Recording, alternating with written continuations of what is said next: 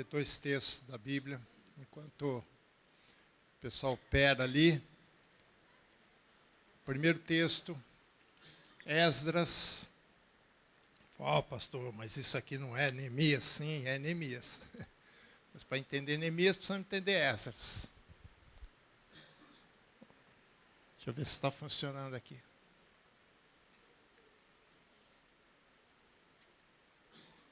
Ok. Esdras, capítulo 1, do versículo 1 ao 3. Esdras, capítulo 1, de 1 ao 3. No primeiro ano de Ciro, rei da Pérsia, para que se cumprisse a palavra do Senhor por boca de Jeremias, despertou o Senhor o espírito de Ciro, rei da Pérsia, o qual fez passar pregão por todo o reino, como também por escrito, dizendo: Assim diz Ciro, rei da Pérsia, o Senhor, Deus dos céus, me deu todos os reinos da terra e me encarregou de lhe edificar uma casa em Jerusalém de Judá. Quem dentre vós, de todo o seu povo, seja seu Deus com ele, e suba a Jerusalém de Judá, e edifique a casa do Senhor, Deus de Israel. Ele é o Deus que habita em Jerusalém. Vamos abrir agora em Neemias, capítulo 2, versículo 17 e 18. Então lhes disse, Neemias dizendo ao povo: Estais vendo a miséria que estamos, Jerusalém assolada e as suas portas queimadas. Vinde, pois, reedifiquemos os muros de Jerusalém e deixemos o seu opróbrio. E lhes declarei como a boa mão do Senhor estivera comigo, e também as palavras que o rei me falara. Então disseram: disponhamo-nos e edifiquemos, e fortaleceram as mãos para a boa obra. Senhor Pai, querido Deus, queremos nessa noite ouvir a Tua voz, o Teu Espírito falar aos nossos corações, nos orientando para esse projeto, Senhor, que saiu do Teu coração para nós, de edificarmos os muros e as muralhas para proteger as nossas famílias, nossos lares, os nossos corações, mas também a nossa pátria, o nosso país, das investidas que o inimigo tem feito sobre nós. Guia-nos, Senhor, de todo conhecimento e sabedoria, para que a Tua vontade seja realizada sobre as nossas vidas e a vida desta nação. Levanta, Senhor, pessoas dispostas, como Esdras e Neemias, que se dispuseram a edificar uma casa ao Senhor, a reedificar a cidade onde Ciro disse: é a Tua habitação. Louvamos e agradecemos, Pai, em nome de Jesus. Amém. Poder se sentar, irmãos?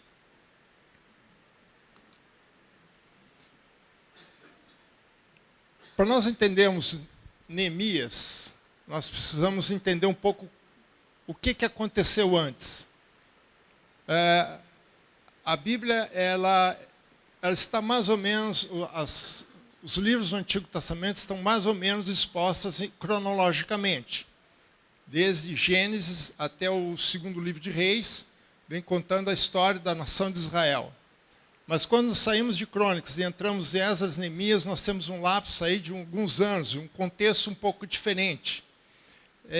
E às vezes, se nós lemos apenas a carta de Neemias, isoladamente, a gente vai perder um pouco do contexto, entender o que aconteceu e por que aconteceu aquilo. Por que Neemias está voltando àquela cidade? De onde é que ele estava? Então, para entendermos um pouco a história de Neemias, o que está acontecendo ali, nós precisamos voltar um pouquinho, entender um pouquinho o que aconteceu antes. Mais ou menos 70 anos antes, não de Neemias, mas de Esdras, aconteceu um dos fatos mais tristes para a nação de Israel, até então, a queda de Jerusalém. Até hoje, a queda de Jerusalém é celebrada pelos judeus, lembradas, né? Os próprios casamentos, eles quebram uma taça, os judeus quebram uma taça lembrando a queda de Jerusalém. Porque Jerusalém é a cidade principal deles. Jerusalém é uma cidade atípica. Não tem cidade mais disputada no mundo que a cidade de Jerusalém. A cidade de Jerusalém parece que flui tudo. Você pode discutir qualquer outra cidade, mas quando se fala de Jerusalém é algo diferente, algo à parte. Jerusalém tem algo especial. Esdras nos diz, é porque é a cidade do nosso Deus. Mas, pastor, Deus mora em casas habitadas fisicamente, Ele habita em casa feita por mãos humanas? Não, mas é uma questão espiritual, não é física. Deus levantou Jerusalém para ser uma cidade que representaria o seu reino, como a capital do seu reino. Todo reino tem uma capital, o Brasil tem uma capital. E a grande questão hoje de Jerusalém justamente é essa. Jerusalém é a capital ou não de Israel? É o único país que não pode ter a sua própria capital, não pode definir a sua própria capital. Eu li, terminei algumas semanas atrás, um livro que eu tinha escutado de um comentarista na televisão, chamado Jerusalém, a biografia, escrita por Simon Sebag Montefiore. Ele é um historiador e é um livro fantástico, porque você vê como, ao longo desses 3.000 anos de história de Jerusalém, desde Davi, quando ele ocupa a cidade, até os dias de hoje, como essa cidade tem sendo o centro da história da humanidade. Portanto, Jerusalém a gente não pode jogar fora de qualquer jeito. Talvez a cidade no sentido histórico, físico, mas se nós entendemos a importância dessa cidade espiritualmente, o que ela representa, nós vamos ter uma visão um pouquinho diferente do que está acontecendo e do que aconteceu nesses 3.000 anos. E quando Jerusalém cai, então é um fato extremamente importante, significativo para a nação de Israel. É como se Brasília fosse tomada por alguém, destruísse todas aquelas construçõões de Jerusalém. A queda de Jerusalém está descrita com pormenores no capítulo 36 do segundo livro de Crônicas. E lá diz que quando a nação da Babilônia invadiu Israel, ou, na verdade, o Judá, o reino do sul, e entraram na cidade de Jerusalém. Eles ficaram quase 3 anos cercando Jerusalém. E foi uma situação extremamente crítica, extremamente triste para a nação. Jeremias era dessa época e ele havia profetizado durante 40 anos sobre o que estava acontecendo. E o povo não aceitava o que ele falava. Pelo contrário, ele foi extremamente perseguido por conta disso. Em Crônicas 36, 19 a 21 diz assim: queimaram a casa de Deus e derrubaram os muros de Jerusalém. Todos os seus palácios queimaram, destruindo também todos os preciosos objetos. Os que escaparam da espada, a esses levou para a Babilônia, onde se tornaram seus servos, seus filhos, até o tempo do rei da Pérsia, para que se cumprisse a palavra do Senhor pela boca do profeta Jeremias, até que a terra se agradasse dos seus sábados, e todos os dias da desolação repousou, até que os 70 anos se cumpriram. Então, aí é a razão, o momento da queda de Jerusalém. Jeremias já vinha profetizando, aliás, já muito antes, mais de 100 anos antes, com Isaías, Abacuque já vinha profetizando, chamando a atenção do povo a andar nos caminhos do Senhor, a estar diante de Deus, a abandonar a idolatria que já vinha permeado a nação. E a nação sistematicamente se recusava a isso. Em 722, Samaria, outra capital da parte norte de Israel, já tinha caído na mão dos assírios. Aqui já tinha sido um aviso para o Reino do Sul sobre as consequências da idolatria. Mas eles continuaram insistindo, continuaram caminhando no caminho que não era definido por Deus. E como Jeremias havia profetizado, havia avisado o povo, em 586 Jerusalém é destruída. E esse texto mostra que uma das primeiras coisas que eles fizeram foi destruir os muros. Porque naquela época os muros eram proteções das cidades. Eram formas da cidade se proteger contra os inimigos. Em Jerusalém, nessa época, tinha 12 portas. Quem tiver o boletim, vocês vão ver, primeiramente, 11 portas. E lá no finalzinho tem uma 12ª porta, a porta de Efraim, que está um capítulo mais à frente. Cada porta tem um significado. Mas a primeira coisa, para poder invadir a cidade, eles tiveram que destruir os muros, abrir brechas nos muros para poder entrar na cidade e tomar a cidade. Sem isso, eles não conseguiriam entrar. Em 586 isso acontece. Então, por conta disso, houve 3 levas de deportação para Israel, de Israel para a Babilônia, também descrita nesse mesmo capítulo. O primeiro foi em 605, com o rei Jeoaquim, onde líderes judeus e membros da família real foram levados para a Babilônia. Não foi um número grande, foi apenas o rei e parte da família real. E dentre desses havia 4 jovens, um chamado Daniel, outro chamado Ananias, Azarias e Misael, mais comumente conhecido por Sadraque, Mesaque e Abednego. E a história deles está no livro de Daniel. Mas, alguns anos depois, houve uma segunda leva, que foi em 597. Aí, sim, Joaquim, seu filho do antecessor. Nesse momento, grande parte dos líderes religiosos, sacerdotes e sumos sacerdotes, foram levados para lá. É nessa leva que vai um homem conhecido nosso, chamado Ezequiel. Ezequiel, nesse momento, Daniel já estava lá, Ezequiel vai para lá, e ele fica junto aos demais que foram deportados nessa época, junto ao rio Quebar, onde ele tem as grandes visões descritas por ele em seu livro Ezequiel. E 586 foi a última, com o rei Zedequias, onde foi a queda final de Jerusalém, destruição da cidade, destruição dos muros. E durante 70 anos, Jerusalém ficou praticamente abandonada. E a razão dos 70 anos está também aqui no texto. Havia em Levítico 25, 1 a 7, um pacto de Deus com a terra, chamado Pacto da Terra.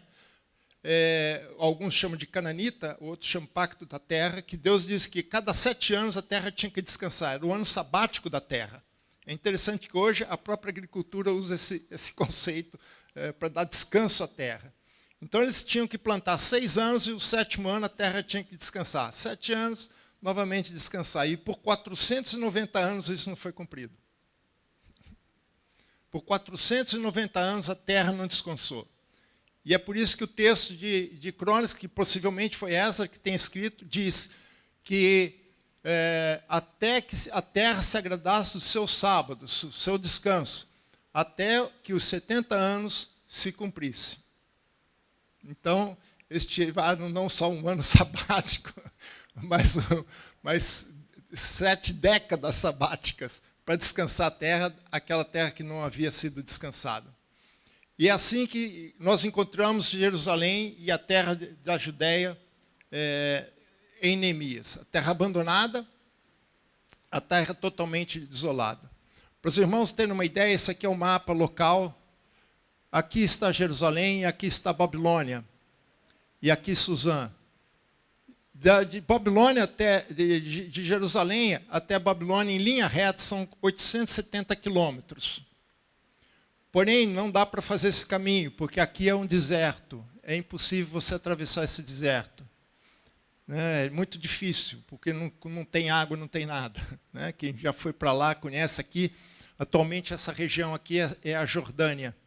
Então, o que eles faziam? Eles faziam um caminho por cima, ou seja, de forma mais ou menos linear, 1.200 quilômetros. Como a gente sabe que esses caminhos nunca são muito lineares, são meio sinuosos, você pode por aí 1.400, 1.500 quilômetros de caminhada. Não havia trem, não havia ônibus, não havia avião, nem bicicleta, nem patinete. Hoje a moda é patinete, era a pé. Né? O pevete, ou SP2, os 2 pés. Então, imagina todo esse povo caminhando. Por quê? Porque aqui tinha rios onde eles podiam se abastecer de água e alimento. Mas aqui é a Babilônia. Mas Neemias está em Suzã. Suzã é aqui, era a capital da Medopérsia, nessa época, onde Ciro reinava. E a distância em linha reta é 360 quilômetros. Aqui não há problema, porque aqui não há deserto. Aqui é o rio Eufrates, aqui é o rio Tigre. Então, é nessa região aqui. Então, vocês podem ver, irmãos, que a caminhada foi longa. Esse caminho não se fazia de uma hora para outra. Então, levava dias para se deslocar. Ao mesmo tempo que houve 3 levas, também houve 3 retornos. Depois, o primeiro retorno é esse que nós lemos no texto de Esdras, quando o rei Ciro decreta que aqueles que quiserem voltar para Jerusalém poderiam voltar. Então, Esdras que vai nesse primeira leva de retorno. Isso está descrito em Esdras 1:6, e é sobre a liderança de Zorobabel. A segunda é em 458, sobre a liderança de Esdras, em Esdras 7-10. Há um lapso de tempo aqui, depois eu mostro para os irmãos. E a terceira e última leva é a de Neemias, com a reconstrução de Jerusalém. Acredita-se, alguns historiadores acreditam que tenham voltado em torno de 50 mil nessas levas. Porém, o número que foram para lá foi muito mais do que isso. Então, em termos relativos, o número de pessoas foi muito menor. Mas houve pequenas outras levas ao longo desse tempo, menores. Então, por isso que esse número. Então, nós estamos aqui, Neemias está nesse terceiro. Então, esquematicamente, nós podemos entender a história dentro dessa perspectiva. Né? Os 470 anos em 532 volta com Zorobabel, restauração do templo. Nessa época, nós temos Ageu e Zacarias. Há um lapso de 57 anos. E nesse meio, nós encontramos a história de Esther, que se tornou rainha do Império Medo-Persa. Depois volta Esdras. Depois mais um lapso de 12 tempos, então Neemias chega e termina a reconstrução do templo. E no final, o último dos profetas a falar, registro na Bíblia, é de Malaquias. Então, por isso que eu falei que para poder entender Neemias, nós precisamos entender um pouquinho do que aconteceu no passado, e também complementar no nosso entendimento com a história de Esdras. São complementares. E quem quiser acrescentar alguma coisa a mais de conhecimento, leia Ageu e Zacarias, que são os dos profetas que estiveram participando desse retorno. E alguma coisa também em Daniel, né? Mas Daniel já é o primeiro período. Daniel é um dos poucos homens, não foram poucos, né? Tão poucos assim, mas foi um dos poucos homens que passou por todo esse período de 70 anos. Né? E o próprio Daniel, ele fala sobre isso, que quando ele percebeu que o tempo já tinha passado, ele começa a orar a Deus pela restauração. Bom, e quem era Neemias? Quem que era esse personagem tão importante que tem um livro escrito por ele? Né? Neemias, o seu nome significa o Senhor conforta, ou confortado por Deus, ou consolado por Deus. Né? É interessante esse nome porque é como se Deus estivesse consolando e confortando a nação de Israel, dizendo assim, olha, apesar de tudo que vocês fizeram, apesar de tudo que vocês agiram contra mim, eu ainda tenho algo para vocês. Eu ainda tenho uma esperança para vocês. Eu ainda tenho um conforto, um consolo para vocês. E é interessante também que, como o pastor Fernando colocou bem hoje de manhã, quem é o nosso consolador é o Espírito Santo.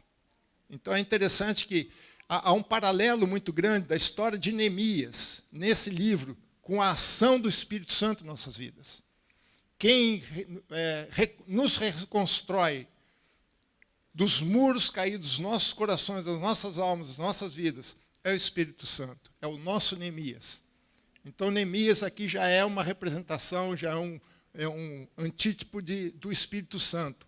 Então, estudar Neemias é interessante porque nós vamos ver a ação por trás de tudo isso, como é que o Espírito Santo age em nossas vidas.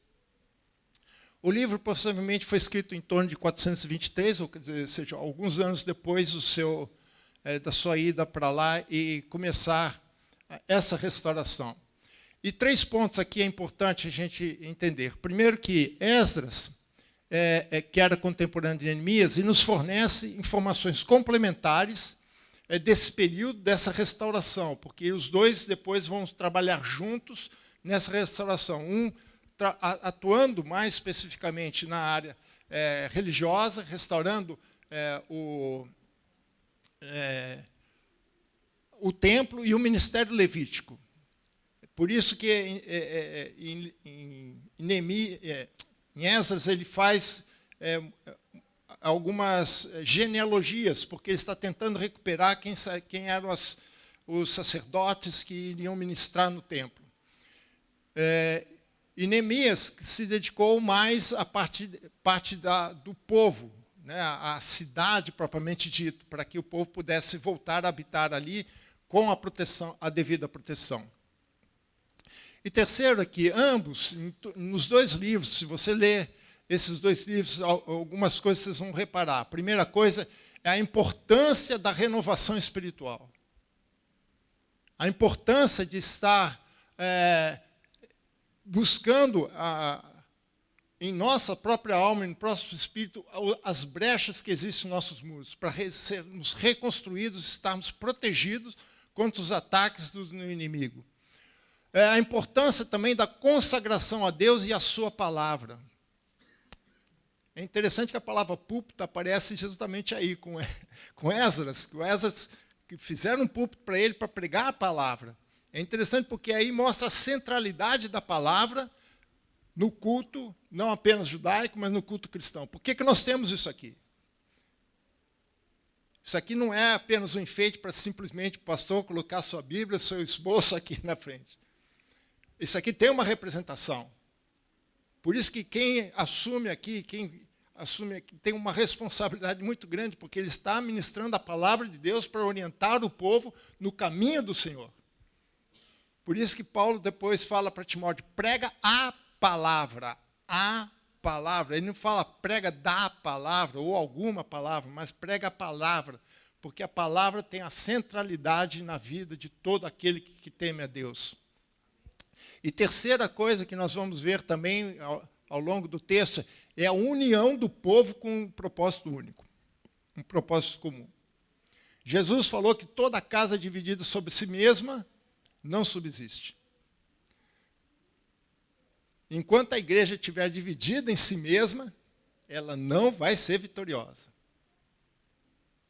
Porque quem já estudou estratégias militares, né, isso a gente encontra em várias histórias reais, como de Napoleão, até mesmo de Hitler, uma das grandes estratégias é dividir para conquistar.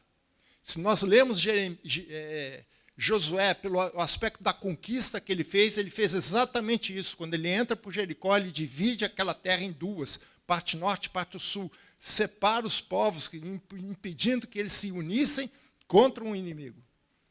Então ele entra no meio, divide a terra, conquista o sul, depois conquista o norte. Dividir para conquistar. Uma terra dividida, ela é facilmente conquistada. Agora, quando há união do povo, quando há união das coisas, num propósito, num objetivo comum, aí ninguém vence. Tem até uma máxima aí na política, né? Povo unido jamais será vencido. Isso não é da política, não, irmãos. Isso é bíblico. Agora, quem era esse homem? Que características esse homem tinha de tão importante que fazia dele um homem diferenciado dos demais? Quando eu estava lendo essa semana o capítulo 1, e o pastor Fernando tinha me passado também o boletim, eu estava lendo isso aqui, o que me chamou a atenção nesse capítulo 1 foi algumas características que Neemias demonstra através das suas ações nesse primeiro capítulo.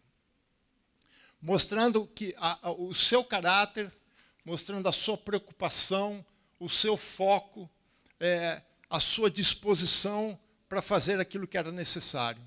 E eu queria apresentar para os irmãos 7 características de Neemias que estão demonstradas nesse capítulo 1, que fizeram dele um grande homem. Depois nós vemos outras características nele em outros capítulos. E é uma característica que nós temos que buscar para nós, como igreja. São características que ele tinha e que fez com que ele fosse um instrumento de Deus na restauração da cidade santa. E que eu entendo que são características que nós devemos cultivar em nossas vidas, para sermos também instrumento de Deus para a restauração não só nas nossas vidas, mas, acima de tudo, da nossa nação. Neemias não estava preocupado com ele estava preocupado com a nação. Nós vamos ver aqui 7 características dele, que fizeram dele esse grande homem. Primeira característica, esse era um homem que se preocupava com o povo. Veja o versículo 2. Ele diz assim, veio Arnani, um dos meus irmãos, ele está falando na primeira pessoa, né, meus irmãos, com alguns de Judá. Então, o quê? Lhe perguntei pelos judeus que escaparam, que não foram levados para o exílio, e acerca das... Então, ele perguntou sobre 2 coisas. Ele perguntou pelo povo e pela cidade. Agora, ele não perguntou para saber de fofoca. Né? Aliás, hoje na televisão, se você ligar a televisão à tarde, a única coisa que você vai aprender é a vida dos famosos. Né? Todos os programas é fofoca. Eles falam de tudo sobre todos, até as coisas mais mínimos detalhes sem a menor importância. E tem gente que gasta tempo e até ganha dinheiro sabendo da vida dos outros. Mas essas pessoas têm um objetivo diferente. Neemias não. Neemias queria saber qual era a situação do povo. Ele estava preocupado com o povo. Talvez, assim, uma pessoa que esteja bem de vida, não precisa ser nenhum milionário, mas tem o seu emprego, seu trabalho, no final do mês chega lá o seu salário, consegue pagar as contas, né? Consegue pagar as contas, tem seu carrinho, tem sua família, tem, né? Talvez essa pessoa não se preocupe muito com o povo. Ele tem tudo. Para que eu vou me interessar pelos outros? Mas Neemias não. Neemias tinha uma posição boa. A Bíblia diz que ele era copeiro. Aí você pera um pouco, não é o copeiro que você imagina. Naquela época, ser copeiro era uma posição de confiança do rei. Porque o copeiro, uma das responsabilidades do copeiro era provar o vinho para ver se eles não estavam envenenados. Você pode imaginar a confiança que o rei colocava na mão dele? Ele podia enganar o rei. Ele era a pessoa mais fácil para matar um rei. Então, ele era uma pessoa de extrema confiança do rei. Ele tinha acesso ao rei, ninguém tinha acesso ao rei como ele tinha. Se você ler a história de Esther, você vai ver como é que era para se aproximar de um rei da Medopérsia. Você tinha que ficar na porta, do lado de fora, esperando o rei, ver se tivesse, talvez, quem sabe, a disposição de você receber. Porque se você entrasse na sala do rei sem avisar ou sem permissão, você podia morrer. Mas veja só, essa posição de Neemias foi estratégica para ele. Foi estratégica. Deus não faz nada a troco de nada. Deus, eu acho que era mineiro, viu, pessoal? Não dá ponto sem nó. Tem mineiro aqui? Eu sei. Mas era o Ricardo, né? Não dá ponto sem nó. Foi extremamente estratégico. Por quê? Porque ele tinha acesso ao rei. Então, ele podia muito bem pensar assim, por que eu vou me preocupar com o povo que está lá? Tenho meu emprego, está tudo bem, ou como diz Jó, estou no meu ninho. Jó diz isso, estou no meu ninho, estou tranquilo. Para que eu vou me mexer? Por que eu vou mexer nessas coisas? Eu não preciso me preocupar com isso. Talvez ele pudesse simplesmente dizer assim, eu vou me preocupar eu vou perguntar só para... Aí, conta as notícias. Né? Liga lá no Jornal Nacional. Não liguem não, irmãos. Tem outros jornais melhores. Liga lá no Jornal Nacional, Jornal da Bandeirantes, Jornal da Cultura, Jornal da Manchete, sei lá qual for mais. Só para saber a informação. Mas ele não estava preocupado apenas com as informações, ele estava preocupado com o povo. Ele estava preocupado com o povo. Ele conhecia um pouco da sua história, então ele estava preocupado com o povo. Ele sabia que as coisas por lá não estavam muito bem. E ele queria saber qual era a situação do povo. E ele ficou triste de saber do que aconteceu. Qual é a nossa preocupação? Será que nós realmente preocupamos com a nossa nação? Será que nós conhecemos a nossa realidade? Será que nós realmente temos interesse para que a nossa nação se desenvolva? Irmãos, o desenvolvimento econômico da nação não é só para a gente ser rico, não. É para que a igreja também tenha condições e recursos para fazer a sua missão.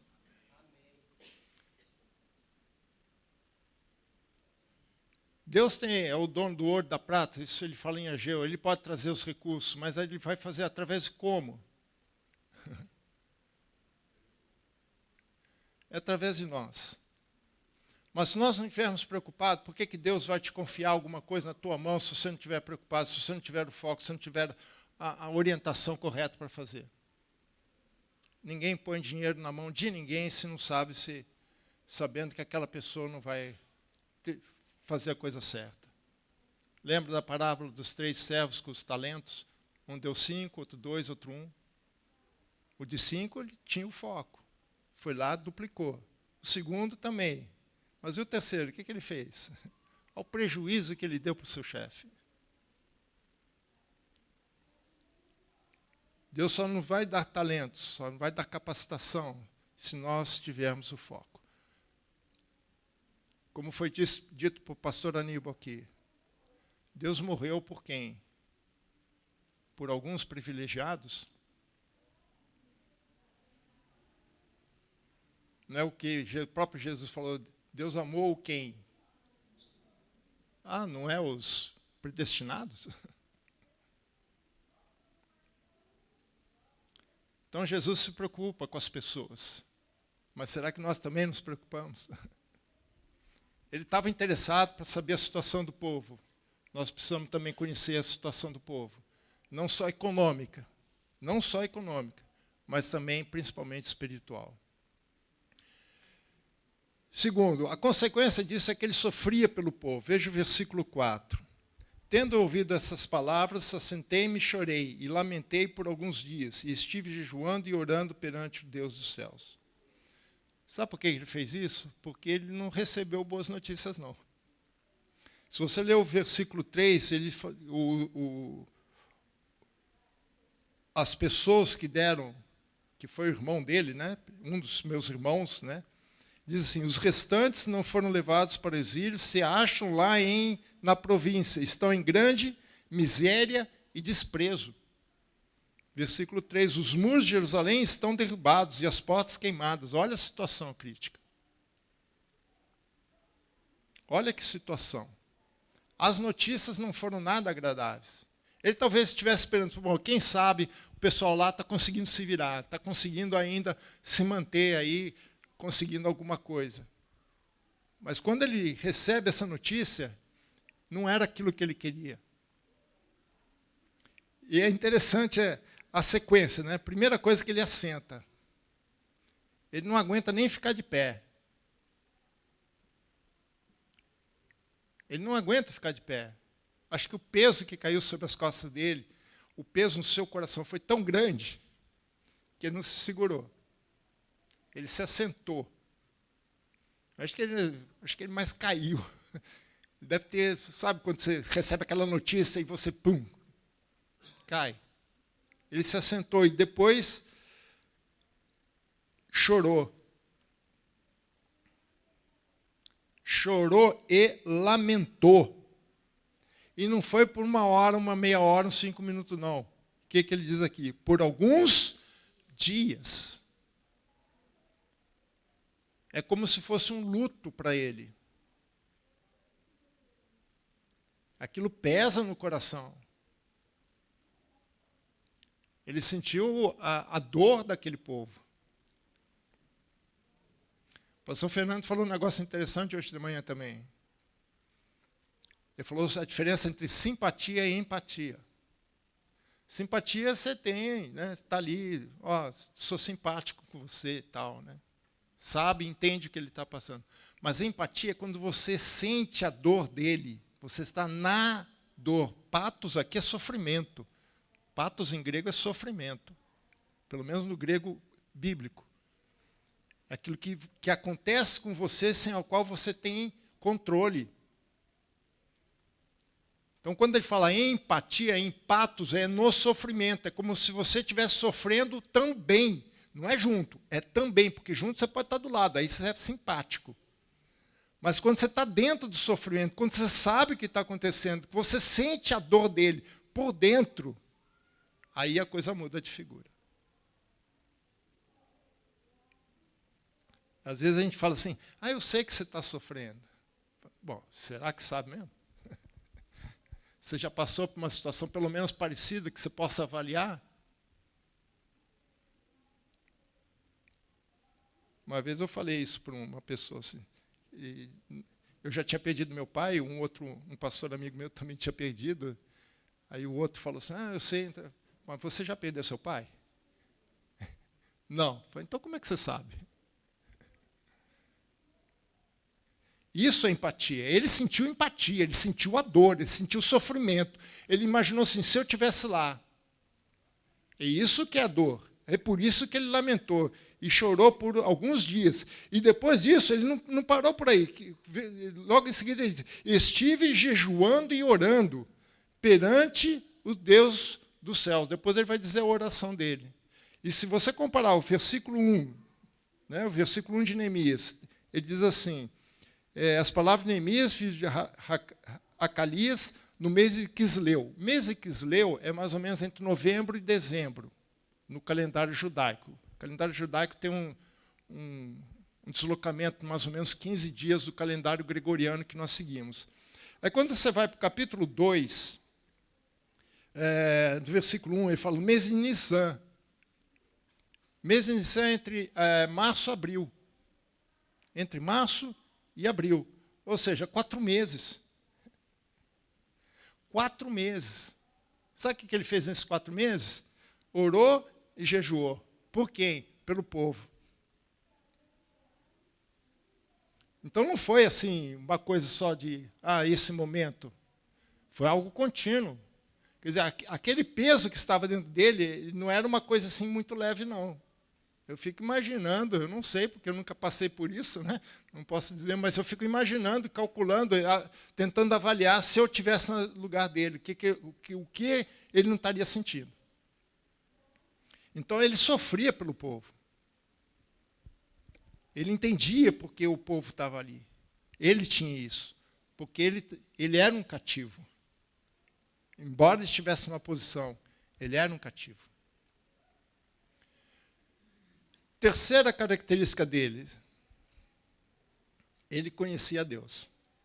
Veja que no próprio versículo anterior, do versículo 4, ele fala que ele estava orando, jejuando para Deus. Por que ele estava jejuando? Porque ele conhecia o seu Deus. Veja o versículo 5. Ele diz, Senhor Deus dos céus, Deus grande e temível, que guardas a aliança e a misericórdia para com aqueles que te amam e guarda os teus mandamentos. Ele conhecia Deus, ele sabia quem era Deus. Primeiro que ele sabia que ele era um Deus grande, né, e temível. Sabia que ele guardava a aliança. Isso aqui era importante porque Israel quebrou sua aliança. É só ler o livro de Oséias, que nós já apresentamos aqui. Oséias é uma grande parábola da relação entre Deus e o povo de Israel. A esposa de Oséias era adúltera, quebrava a aliança o tempo todo, e ele ia atrás da mulher. Mas Deus é um Deus fiel, que guarda a aliança e tem misericórdia. Deus age sempre pela misericórdia.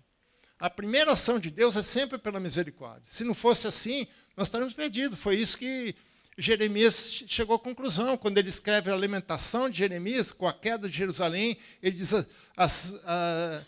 as misericórdias do Senhor são as causas de não sermos consumidos. Ela se renova a cada manhã. Se nós estamos aqui hoje, meus irmãos, é porque hoje Deus renovou a sua misericórdia para conosco. E quando você acordar amanhã de manhã, você vai acordar porque Deus renovou novamente a misericórdia. E Deus cumpre essa palavra, até que nós nos arrependamos e andemos os caminhos. Ou até o dia que Ele nos chamar. Mas ele conhecia Deus, ele sabia disso. E é isso que ele apela. Ele, misericórdia com aqueles que te amam e guarda os seus mandamentos. Ele conhecia Deus. E ele sabia que era a esse Deus é que ele invoca no versículo anterior. Porque ele sabia que se a solução tivesse com alguém, seria com ele. Porque ele é um Deus grande e temível. E mais, irmãos, ele sabia que eles estavam no cativeiro, não era porque o rei da Babilônia ou o rei da Medo-Pérsia eram mais fortes e mais poderosos do que Israel, não. Porque quem lê o livro de Reis, quem lê os livros de Crônicas, vai ver quantas vitórias os reis, principalmente os reis de Judá, tiveram em posição de minoria. Se você tem dúvida, lê só para complementar Juízes, Josué, vê as guerras de Israel, vê o que aconteceu com Gideão, com 300 homens, e venceu um inimigo lá que tinha milhares. Teve uma outra que Deus falou assim, você não precisa nem guerrear, fica quieto aí. A guerra é comigo. Eles venceram sem brigar. Eles venceram uma guerra sem brigar, sem entrar na batalha. Deus não pode fazer isso? Pode. Como foi dito aqui, né? Jesus podia chegar assim, ó, eu vou trazer meus anjos aqui e vai acabar com tudo isso. Podia. Jesus mesmo disse isso. Você acha que eu não posso? Posso. É esse Deus que Neemias conhecia. É esse Deus em quem ele está invocando. Nós precisamos conhecer a Deus. Nós precisamos saber quem Ele é. Será que Ele tem poder ou será que nós acreditamos que Ele tem, mas não temos tanta fé assim? Ou será que nós somos assim? Não, bom, se Ele responder, respondeu. Se não, Neemias não. Neemias sabia quem era Deus, e ele invoca Deus, porque ele sabia que se Deus quisesse, poderia renovar a sua misericórdia para com o povo e ser favorável ao povo, porque ele tinha poder, tinha capacidade, tinha todas as condições para reverter a situação.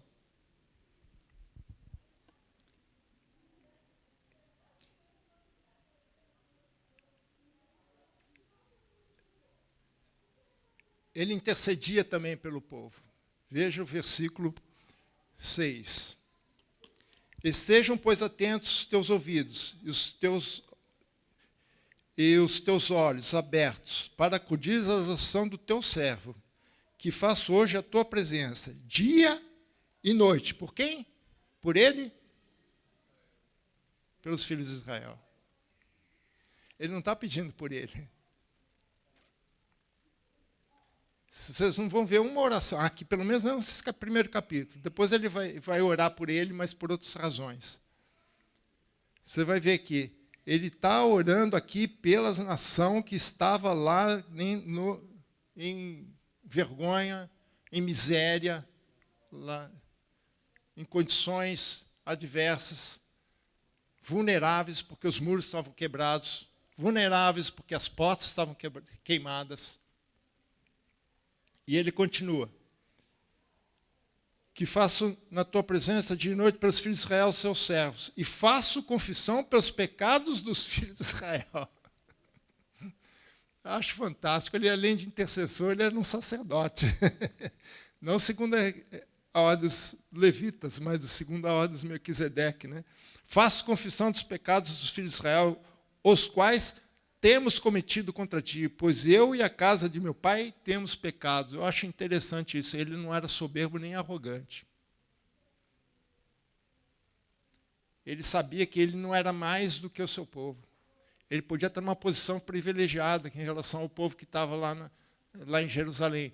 Mas ele sabia que espiritualmente ele era tão pecador quanto qualquer um que estava lá em Israel. Ele sabia que ele tinha parte dessa culpa junto com todos aqueles. Ele sabia que se eles estavam ali é porque o povo a qual ele pertencia tinha pecado contra Deus e recebeu de Deus a devida disciplina. Por isso que ele faça confissão pelos pecados dos filhos de Israel, ao qual temos, ele não se exclui, ele põe na primeira pessoa do plural. Primeira pessoa do plural, ele se inclui. Eu e a minha casa, como ele diz assim em seguida, eu e minha casa, do meu pai, temos pecado contra ti. É uma intercessão forte, irmãos. O reconhecimento do pecado não é qualquer um que tem. Não é difícil. Tem que ter um coração muito quebrado, muito próximo de Deus, muito cheio do Espírito. Tem que abrir o ouvido e escutar. Por isso que ele fala, inclusive, para Deus: Deus, eu abro seus ouvidos, escuta a nossa oração, faço um apelo a vocês. O que ele está dizendo aqui é o seguinte: eu sei que você está ofendido pelos nossos pecados, mas tem misericórdia. O Senhor é um Deus de misericórdia, então tenha misericórdia de nós. Tenha misericórdia do nosso povo, da nossa nação. Então ele intercede pelo povo, mas ele não se exclui do povo, ele não se põe numa posição de soberba ou de arrogância, ou como a história lá do que Jesus falou do fariseu e do publicano que estava orando na praça, um dizendo: eu não sou igual a esse pecador. Enquanto o outro batia no peito: tenha misericórdia de mim, porque eu sou pecador. E Jesus falou: o publicano saiu justificado, o outro não. Precisamos reconhecer os nossos pecados, irmãos, não só pessoal, mas da nossa nação. Existe o nosso pecado pessoal, aquilo que nós temos cometido, mas nós, como nação, também temos cometido os nossos pecados. Temos virado as costas para Deus. Precisamos olhar um pouquinho mais profundamente para as coisas espirituais, porque muitas vezes existem forças espirituais por trás que a gente não reconhece, mas nós precisamos fazer uma análise disso. É interessante que eu estava estudando esse trecho, essa característica de Neemias. Neemias era uma cara de oração, irmãos. É impressionante. Só no livro dele tem registrado 11 orações de Neemias. 11 orações em apenas quantos capítulos? 12, 13 capítulos. É quase que uma oração por capítulo. E essa é a primeira, é uma das mais longas. Ele era um homem de oração, um homem de intercessão, um homem que se assentava, chorava, jejuava pelo povo, não só por ele. Ele depois, uma hora, ele vai orar por ele, mas a gente vai ver que ele não vai pedir nenhuma vitória sobre o seu vizinho chato. Ele vai pedir vitórias para que a obra dele fosse concretizada, né?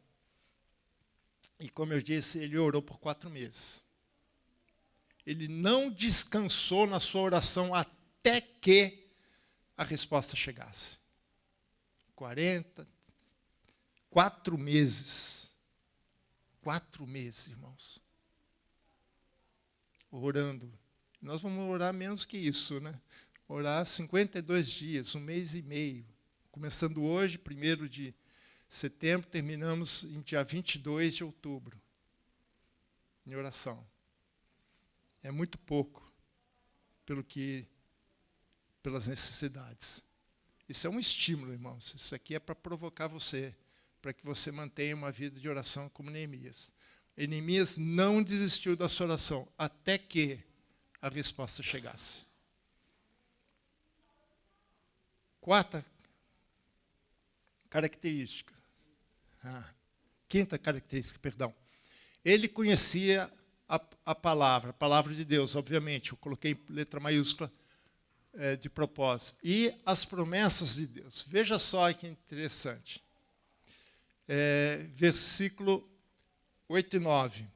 Ele diz assim: lembra-te da palavra que ordenaste a Moisés, teu servo, dizendo: se transgredirdes, eu vos espalharei por entre os povos. Mas se converterdes a mim, e guardardes os meus mandamentos e cumprides, então, ainda que que vossos rejeitados estejam pelas extremidades do céu, de lá os ajuntarei e os trarei para o lugar que tenho escolhido para ali fazer habitar o meu nome. Isso aí é Levítico. Levítico 26. Ele conhecia a palavra de Deus. Levítico forma o que nós chamamos de Pentateuco. Os judeus chamam de Torá, os 5 livros de Moisés. É o livro mais sagrado deles. É o livro mais sagrado deles. É o livro mais lido, mais estudado pelos judeus. Ele tem os profetas, tem os salmos, mas há uma centralidade tão grande no Pentateuco que tem uma festa chamada Simchat Torá, que é a festa da entrega da lei. Eles fazem ano bíblico, irmãos. Eles leem, eles têm uma leitura dividida por 52 partes, porque em 52 semanas eles leem a Torá completa e mais alguns complementos de algumas outras passagens na Bíblia. E os judeus mais ortodoxos fielmente cumprem aquilo, eles conhecem a palavra. Tenta discutir com um cara desse, você vai ver, você vai ter problemas se você não tiver conhecer bem a palavra. Alguém já passou por isso? Não queira. O cara conhece a palavra, por isso que Paulo fala assim, medita na palavra dia e noite, estuda, se aplica. Precisa conhecer, irmãos. Precisamos saber quais são as promessas de Deus, o que Deus está dizendo, que Ele está aqui invocando uma promessa de Deus. Fala, Senhor, estou pedindo perdão pelo meu povo. E a tua palavra, é interessante, eu gosto dessa ousadia, né? Que ele fala assim, lembra-te, você precisa lembrar Deus de alguma coisa? Eu tenho uma agenda em casa, né, para fazer o meu controle dos meus pagamentos, né, as coisas que para não atrasar pagamento, porque eu não quero ter minha luz cortada, nem nada. Então, eu tenho que ter uma agenda lá, meus compromissos, né, quando eu tenho algum compromisso médico, alguma coisa assim, né, eu tenho que ter lá, porque senão eu esqueço. Eu faço esse controle, senão você perde. Experimenta atrasar o pagamento do cartão de crédito, você vai ver, nunca mais você esquece. Mas Deus não precisa ser lembrado, nós sim. Mas eu gosto dessa palavra, ele é ousado, né? Ele é ousado na oração, é ousado em Deus. Né? Ele fala, lembra-te, Senhor, se Senhor se lembra, eu estou aqui para te lembrar, porque eu acho que você não se esquecer. Ou seja, orar baseado, fundamentado na palavra. Mas a gente tem que conhecer a palavra, irmãos. Temos que estudar a palavra, temos que ler a palavra, temos que absorver da palavra. Tem uma passagem, Ezequiel mesmo, que Deus fala assim, filho do homem, come do rolo. Esse rolo é porque naquela época os livros não eram como os nossos em páginas, eram em rolos, pergaminhos, enrolado. Né? Então ele fala, coma desse rolo, coma dessa palavra. Aí depois você vai e prega. Então a gente tem que se alimentar da palavra para depois falar. Temos que conhecer a palavra. E veja, a ousadia deles é essa. O que Deus quer de nós é essa ousadia. Se você conhece a palavra, conhece a Deus, sabe do poder dele, sabe das promessas dele, você pode cobrar de Deus. Cuidado com o que eu estou falando aqui. Isso aqui não é triunfalismo. É uma oração baseada na palavra. É isso que eu estou dizendo. Porque aqui ele não está pedindo dinheiro para ninguém. Ele está pedindo o quê? Misericórdia. Ele está pedindo para que Deus restaure a sua nação. Ele está invocando promessas de Deus. Porque ele conhecia Deus, conhecia a palavra, e era um homem de oração. Então ele usa a palavra como base da sua oração. Nós precisamos conhecer a palavra, irmãos. E não só conhecer no sentido técnico-teórico, porque até o diabo sabe. Porque quando na tentação de Jesus, uma das tentações, ele usou o quê? A palavra. Jesus sempre respondia, está escrito, está escrito, está escrito. Ele defendeu do diabo com a palavra. Aí o diabo, está escrito, mas também está escrito. O diabo citou. E sabe que salmo que ele citou? Salmo 91, o famoso salmo de poder.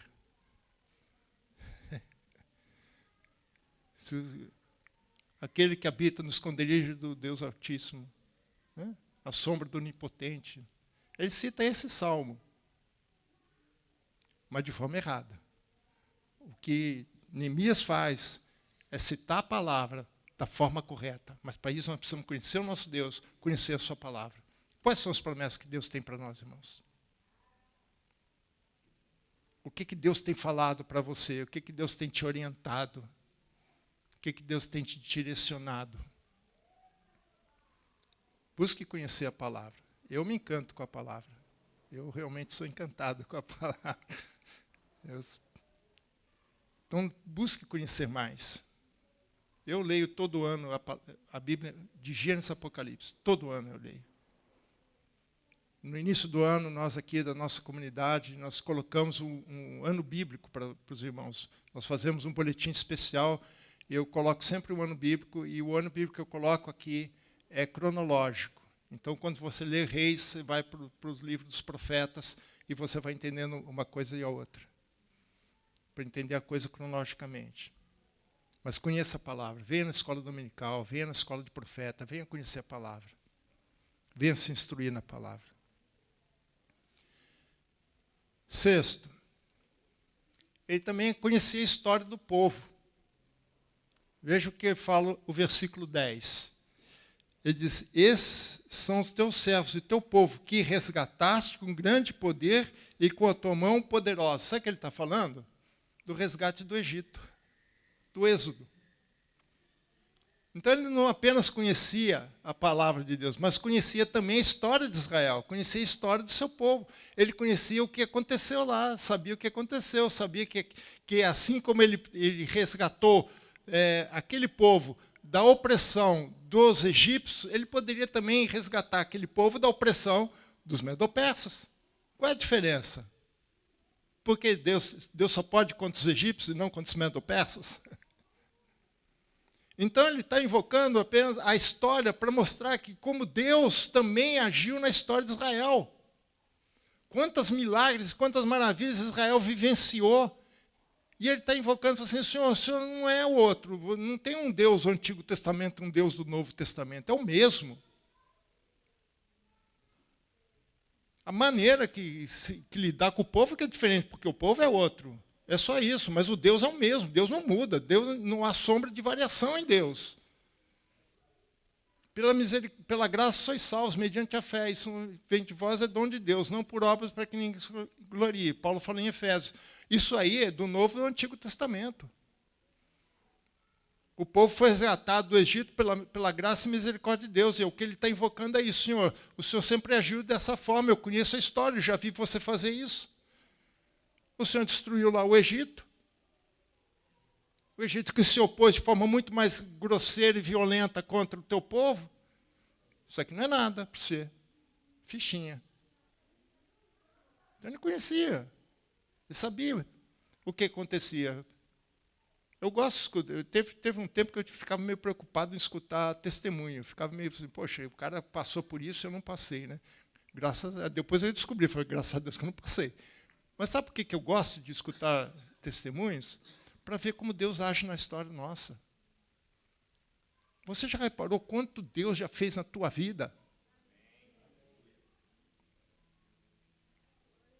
Como é que foi cantado aqui? Conta as bênçãos. Quantas são? Einstein dizia assim, você só tem duas maneiras de encarar a vida. Ou que milagre não aconteça, ou que tudo na tua vida é um milagre. Eu prefiro a segunda.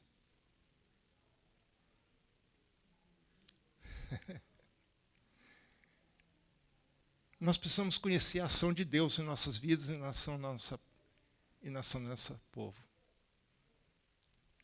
Conheça a história do nosso povo, conheça a sua história, veja o quanto Deus já agiu na tua vida. E se ele fez isso uma vez, quantas vezes ele não pode fazer? Acabou a pilha? Não. E sétima atitude dele, ele se dispôs a buscar o favor do rei para o bem do seu povo. Versículo 11. Ah, Senhor, estejam, pois, atentos os teus ouvidos à oração do teu servo. É a única vez que agora ele vai falar dele, pessoal. Depois que ele orou pelo povo e tudo, agora que ele vai orar por ele. Veja só, estejam atentos os teus ouvidos à oração do teu servo. Agora ele pede por ele. E aos teus servos que se agradam de temer o teu nome, conceda que seja bem-sucedido hoje o teu servo. Agora ele está pedindo por ele. Mas por que ele está pedindo? Para que ele seja bem-sucedido. Em quê? Em dar-lhe mercê perante este homem, o rei. Veja só, ele pediu o favor de Deus para ele ora por ele, para quê? Para que ele tenha oportunidade de conversar com o rei e pedir uma ajuda para o rei, pedir orientação, ou pedir alguma coisa para o rei a favor do seu povo. Ele não sabia o que Deus ia fazer, não tinha a menor ideia, mas ele sabia que ele podia fazer alguma coisa, e ele se dispôs a fazer. Ele colocou o seu pescoço na corda, pessoal, na guilhotina. Porque, como eu falei, ninguém entrava na presença do rei de qualquer jeito. Ele não podia chegar lá no rei e fazer de qualquer jeito. A gente lê lá em Esther. Esther mostra muito bem esse tipo de costume dos reis na Medo-Pérsia. Mas ele, por isso que ele pede, falou assim, senhor, eu sou copeiro do rei, eu não posso entrar lá de qualquer jeito. Eu tenho um trabalho, eu tenho uma função, eu tenho uma responsabilidade. Ele confia em mim. Agora, me dá um jeito aí, quebra o coração desse cara, abre as portas de alguma maneira para que eu possa interceder a favor do povo diante desse rei.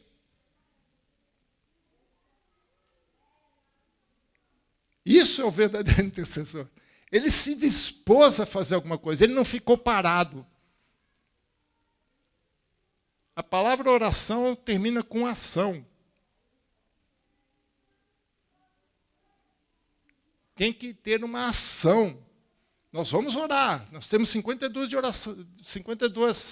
dias de oração. Mas também tem que fazer a nossa parte. Nós temos que nos dispor. Nós temos que colocar na brecha. Tem que colocar na mão no arado. Alguém tem que fazer. As coisas não vão acontecer de qualquer jeito. Deus quer usar alguém. Quem? Você. Se essa nação quiser ser mudada, ela vai ser mudada. Mas não é por qualquer pessoa, não. É por você. Ah, mas pastor, quem eu sou eu? Neemias não era nada. Esdras não era nada. Quem que era? Não tinha poder nenhum. Ele era copeiro, era um funcionário. Era um cara que era levado para o cativeiro. O que ele podia fazer? Não tinha poder nenhum diante de um rei daquele. Como nós lemos em Esdras, ele era o rei de toda a terra, de todos os reinos. Se você tivesse a oportunidade de chegar diante do presidente, seja lá ele qual for, o que você faria? O que Neemias quis é isso, uma oportunidade. Ele não pediu muitas, ele pediu uma oportunidade. Quero pelo menos uma oportunidade. Ele se dispôs diante do rei. Depois, mais para frente, nós leremos os próximos capítulos, capítulo 2, nós vamos viver o favor do rei em atender a oração. Na verdade, quem atendeu a oração foi Deus. Por isso. Para fechar o assunto, irmãos, nós estamos no tema que nós estamos colocando, é tempo de restauração. Tempo de restauração. E aí eu volto ao texto que está no nosso boletim. Grande e extensa é a obra. E nós estamos no muro muito separados, longe uns dos outros. Vinde, pois, reedifiquemos os muros de Jerusalém, e deixemos de ser opróbrio. Disponhamo-nos e edifiquemos, e fortalecer as mãos para a boa obra. Esse é o desafio que eu deixo para os irmãos nessa noite. Vamos nos unir, irmãos. A obra é extensa. Jesus mesmo falou assim, a obra é grande. Peça ao Senhor da ceifa que mande mais ceifeiros.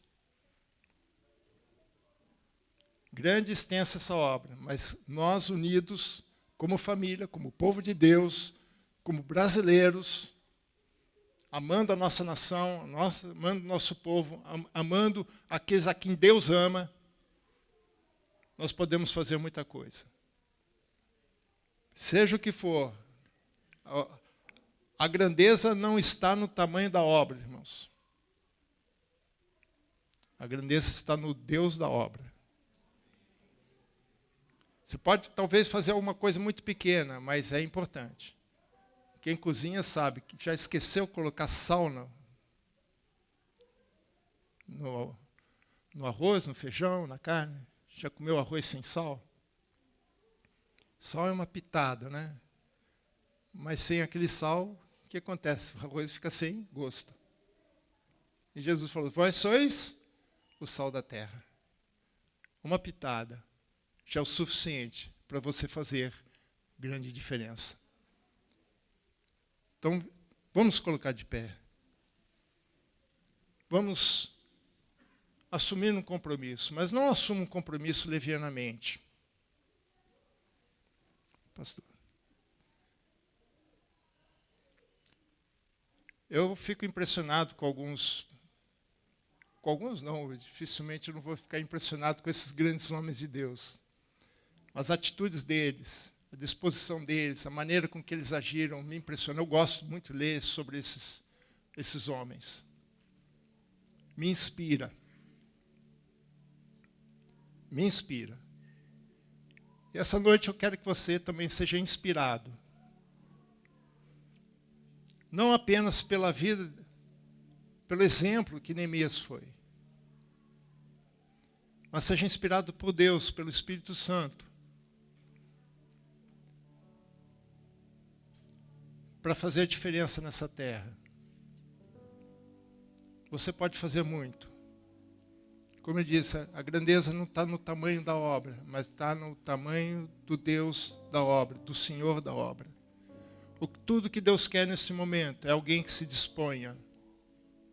Enquanto eu estava lendo alguns textos lá de Crônicas, é interessante que Deus reclama assim, eu procurei alguém que se colocasse na brecha e não encontrei ninguém. Mas quando fala de Davi, ele disse, encontrei Davi. Que Deus hoje te encontre. Encontre um coração disposto a ser o que Neemias foi. Um consolador. Alguém que busque o bem do nosso povo. E a glória de Deus se manifestar nesse povo.